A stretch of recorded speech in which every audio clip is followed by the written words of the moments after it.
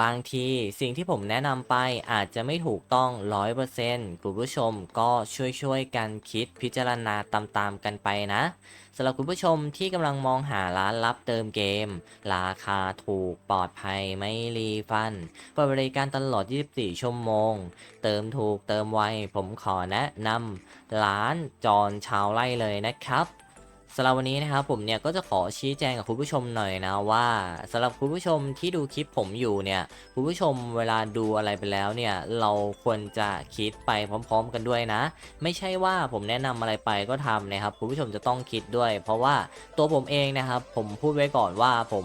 ก็เป็นผู้เล่นคนหนึ่งนะครับที่ไม่ได้เป็นทีมงานข้อมูลอาจจะไม่ได้ตรงแบบ100%นะครับมันเป็นแค่แนวทางการคิดของผมส่วนตัวล้วนๆสิ่งที่ผมเอามาแนะนำผมก็จะคิดนะว่าเฮ้ยเนี่ยเราทำแบบนี้แล้วมันดีนะเราก็เอาไปแนะนำให้คุณผู้ชมส่วนที่เหลือคุณผู้ชมจะคิดยังไงเนี่ยมันก็อีกทางเลือกหนึ่งนะครับสำหรับคนที่แบบว่าเนี่ยทำแบบนี้คิดตามแล้วมันดูดีนะก็ทำตามกันไปใช่ไหมสำหรับบางคนที่พี่แบบนี้มันไม่ดีแบบนั้นไม่ดีเนี่ยเราก็สามารถที่ไปปรับเปลี่ยนเองได้และบางทีเวลาผมตอบคอมเมนต์น่ะบางทีผมจะพูดตรงๆว่าผมไม่รู้จะตอบยังไงเหมือนกันนะครับบางทีเพราะว่าเราเป็นผู้เล่นคนหนึ่งใช่ไหมเวลาแนวคิดเรามันคิดแบบนี้แล้วคุณผู้ชมคิดอีกอย่างหนึ่งคุณผู้ชมถามแบบนั้นมาเราก็เอาแนวคิดของเราเนี่ยไปตอบอะไรแบบนี้นะครับเพื่อเดี๋ยวแบ่งปันข้อ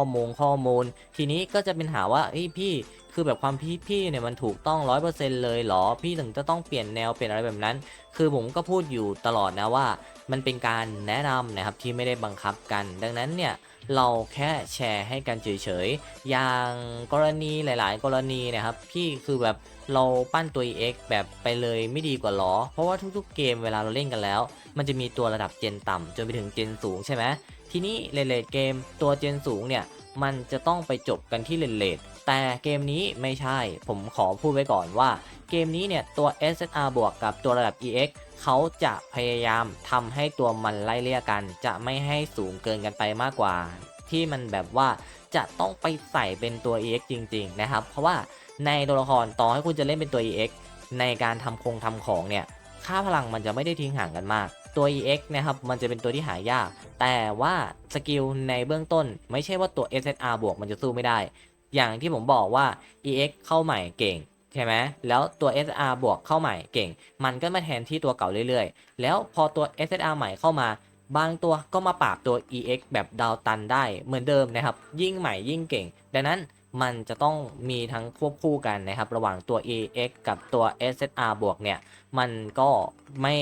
ทิ้งห่างกันมากสำหรับเกมนี้ผมพูดตรงๆเนาะหรือจะเป็นตัว EX เนี่ยพี่เราจะเลือกปั้นอย่างที่ผมเคยบอกไปเลยว่าเราเป็นสายฟรีสายเติมน้อยเนี่ย EX จริงๆเราควรเก็บอย่างละ1ตัวเอามาเล่นคอนเทนต์ใช่ไหมแต่ทีนี้นะครับถ้าเราแบบว่าจะทำตัวหนึ่งจริงๆผมก็คิดว่าตัว EX สำหรับสายฟรีสายเติมน้อยแบบเติมแบบไม่ได้เยอะมากจะทำ EX ให้เราตันตัวหนึ่งยังหาหนทางยากเลยนะฮะณตอนนี้และอีกอย่างหนึ่งถ้าให้เปรียบเทียบแล้วอย่างที่ผมเคยแนะนำวันนี้ไปเนาะก็คือแบบผมไม่ได้ตั้งใจจะขัดจริงๆแต่ผมจะบอกว่าถ้าเราทำ EX สำหรับสายฟรีสายเติมน้อยเนี่ยเราจะทำได้เท่าไหร่มันจะได้ดาวตันเหรอภายในระยะเวลาสั้นๆผมก็พยายามจะพูดไปให้เข้าใจว่ามันน่าจะไม่ได้ดาวตันนะสายฟรีสายเติมน้อยเนี่ยยากมากคือมันยากแบบนานทีนี้กว่าจะนานไอตัว EX เข้ามาใหม่ไอตัว EX ที่มาใหม่นั้นดันเก่งกว่านะฮะเข้าใจไหมดังนั้นเนี่ยมันไม่ง่ายเลยอย่างที่ผมบอกอีกอย่างหนึ่งก็คือตัว EX นะครับถ้า1ดาวแดงปั้นได้เราลงทุนไปหนักละ1ดาวแดงอย่างเงี้ยถามว่ามันจะสู้ตัว SSR บวกที่เป็นระดับแบบว่าดาวลุ้งได้ไหมแน่นอนนะครับว่าสู้ไม่ได้นะครับดาเมจยังห่างกันริ้วเพราะว่าการที่เราอัพดาวไปเนี่ยสเตตัสพื้นฐานแค่นี้มันก็ห่างกันโขแล้วนะ แล้วตัว SSR บวกเนี่ยที่มันเข้ามาใหม่ๆเนี่ยสกิลมันก็เก่งนะครับแล้วทีนี้ถ้าเราทำเดาให้มันง่ายแน่นอนเนี่ยมันก็สามารถที่จะฟัดเหวี่ยงกับตัว EX ได้อย่างที่ผมบอกไปเลยแต่ถ้าเราสามารถทำ EX แล้วอยากจะแบกแบบเป็นตัวหลักๆเป็นดาเมจหลักๆได้เนี่ยมันจะต้อง1ดาวลุ้งนะครับถ้าเอา1ดาวแดงมาเปรียบเทียบกับตัวที่มันเป็น SSR บวกแบบดาวตันหรือดาวลุ้งผมมั่นใจนะครับว่ายังไงภาษีตัวลุงย่อมดีกว่า SSR บวกสกิลไม่ได้ต่างกับตัว EX มากแล้วดาวดันทำได้ง่ายกว่าด้วย เห็นไหมว่ายังไงมันก็ต้องไปจบที่ตัว SSR บวกนะครับสำหรับใส่ฟรีใส่เติมน้อยดูอย่างผมสิมีเพชรเยอะเหลือเพชรไว้เยอะใบกาชานู่นนี่ผมดองหมดนะในแนวทางของผมคิดแล้วว่าเนี่ยเราเล่นมานะครับเป็นระยะเวลา120กว่าวันเนี่ยมันเล่นเป็นประมาณนี้มันยังรอดอยู่นะบางคนบอกไม่รอดผมก็งงว่ามันไม่รอดยังไงมันเล่นยากยังไงในตัวผมเองผมเล่นรอดซึ่งมันไม่ใช่ทุกคนที่จะปั้นเหมือนผมดังนั้นเนี่ยไม่แปลกเท่าไหร่นะครับที่เขาไม่รอดเนาะดังนั้นมันแล้วแต่คนแต่สำหรับผมเล่นทีมแบบนี้เฮ้ยพี่เล่นทีมแบบนี้เล่นได้ไหมเล่นได้นะครับเนี่ยผมเล่นอยู่ประจำของผมเลยนะเนี่ยที1ที2ผมรอดสบายก็รอทีม3แค่นั้นนั่นเองเนาะเพชรมีเหลือเพชรมีอะไรคือมันพูดถึงอนาคตได้อะเข้าใจปะเวลาผมเล่นนะผมแนะนำแบบเต็มพยายามแนะนำให้ตรงจุดอันไหนที่มีผิดก็มีบ้างนะครับก็ต้องยอมรับมันไปเนาะเนี่ยนะครับก็จะเป็นแบบนี้เห็นไหมอย่างที่ผมบอกไปอีกกรณีหนึ่งก็คือตัวที่เราเล่นเนี่ยมังกรเวลาเราปั้นล่ะเราต้องปั้นให้ตรงยังไงพี่คือเราจะปั้นให้มันตรงสายทั้งทีมเลยก็ได้หรือถ้าเราไม่มีงบเราปั้นทั้งทีมไม่ไหวเนี่ยก็แนะนำสูตรเดิมนะครับว่ามังกรต้องตรงกับตัวดาเมจที่มันแบกเราได้อย่างผมเล่นทีมเนี้ยไอตัวโพไซดอนก็ไม่ได้ตรงสายมังกรไม่ได้รับบัฟคำรามไม่เป็นไรนะครับดาเมจหลักผมแบกได้แล้วก็ตัวของซิกฟีดเนี่ยเอามายืนตีมีอมตะนิดนึงเนี่ยก็พอยื้อได้ให้ตัวอีฟิตผมไม่ได้ปล่อยสกิลบ่อยๆใช่ไหมหรือจะเป็นโอเบรอนี่มันก็ยืนแทงได้ไม่ต้องมีรับบัฟมังกรนะครับเพราะว่ามันแบบว่าเป็นตัวช่วยตัวเองอะเดี๋ยวให้มันยืนรับดาเมจไปเห็นไหมแต่บัฟมังกรคำรามมันจะต้องใส่ให้ตรงกับตัวดาเมจเราถ้าเราเล่นเป็นหงไฟก็ไปหามังกรที่มันตรงสายแค่นี้นะครับสำหรับในเรื่องดาเมจหรือการปั้นตัวดาเมจนั่นเองคุณผู้ชมอย่างมังกรที่3ผมก็จะปลุกได้แล้วนะผมยังคิดไม่ออกว่าผมจะไปแสงหรือว่าผมจะไปมืดดีผมมีอยู่แค่2นี้แล้วก็อีกอย่างหนึ่งเนี่ยเจ้าตัว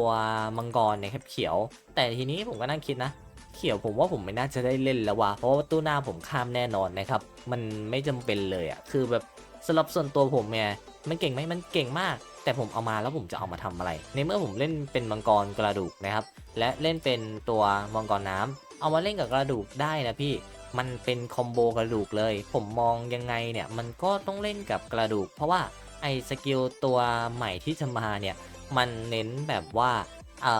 สมอนเยอะๆยิ่งมีมอนเนี่ยมันก็ทำให้มอนพวกนั้นแข็งแกร่งขึ้นดังนั้นยังไงก็ต้องสายเสกถ้าจะให้ประสิทธิภาพมีโลกิเนี่ยมาเล่นทีมกระดูกก็ได้แล้วก็มีตัวใหม่นะครับบวกคอมโบไปก็เก่งยิ่งกว่าเดิมนะครับแต่ทีนี้เราไม่ขาดไงเรายังเล่นได้อยู่ไงณปัจจุบันดังนั้นผมก็เลยคิดว่ามันไม่ได้ขาดอะไรนะสำหรับทีมผมเนี่ยมีฮิลมีอะไรละเรียบร้อยครบหมดแล้วที่ขาดจริงๆคือดาเมจนะครับผมก็อาจจะรอพวกตัวมิเมียหรือว่าเป็นตัวจิ้งจอกอะไรแบบเนี้ยนั่นเองนะครับดังนั้นเนี่ยมันก็แล้วแต่คนจริงๆนะคุณผู้ชมดังนั้นนะครับก็ประมาณนี้ที่ผมอยากจะชี้แจงเลยเพราะว่าผมก็ไม่รู้จะทำคลิปอะไรเหมือนกันอาจจะเว้นช่วงไปทำช่วงอีเวนต์อย่างเดียวแล้วนะครับเพราะว่ามันไม่น่าจะมีข้อมูลอะไรที่ผมจะต้องทำแล้วก็รอแบบตัวใหม่ตุ่มอะไรเงี้ยรีวิวไปเรื่อยๆนะครับนี่แหละสิ่งที่ผมอยากจะพูดเลยเพราะว่าผมไม่ได้ตั้งใจจะขัดจริงๆแต่ข้อมูลบางทีมันคิดคนละอย่างแล้วผมอยากจะแนะนำแบบเนี่ยของผมมองแล้วมันเป็นแบบนี้นะแต่ว่าถ้ามันผิดยังไงก็ลองเอามาแบบบอกกันได้อะไรแบบนี้นี่เองเนาะดังนั้นนะครับก็จะเป็นแบบนี้เลยนะคุณผู้ชมสำหรับแนวทางของผมนะครับก็จะเป็นแบบนี้นี่แหละเวลาดูไปเนี่ยก็อย่าเชื่อ100%นะครับเราก็ต้องคิดบ้างบางทีคุณผู้ชมอาจจะไม่ได้เล่นทีมเดียวกับผมแล้วมาดูเดี๋ยวผมบอกว่าเดี๋ยวเราไปรอตัวเก่งๆไอตัวนั้นมันคอมโบกับทีมคุณผู้ชมหรือเปล่าผมยังไม่รู้เลยเพราะว่าทีมผมมันคอมโบได้ผมก็จะบอกไปแบบนี้ใช่ไหมดังนั้นนะครับมันก็จะเป็นประมาณนี้เลยคุณผู้ชมสำหรับคลิปนี้นะครับคงไม่มีอะไรไปมากกว่านี้แล้วก็คงจะต้องขอตัวลาคุณผู้ชมไปก่อนแล้วเนาะสวัสดีครับ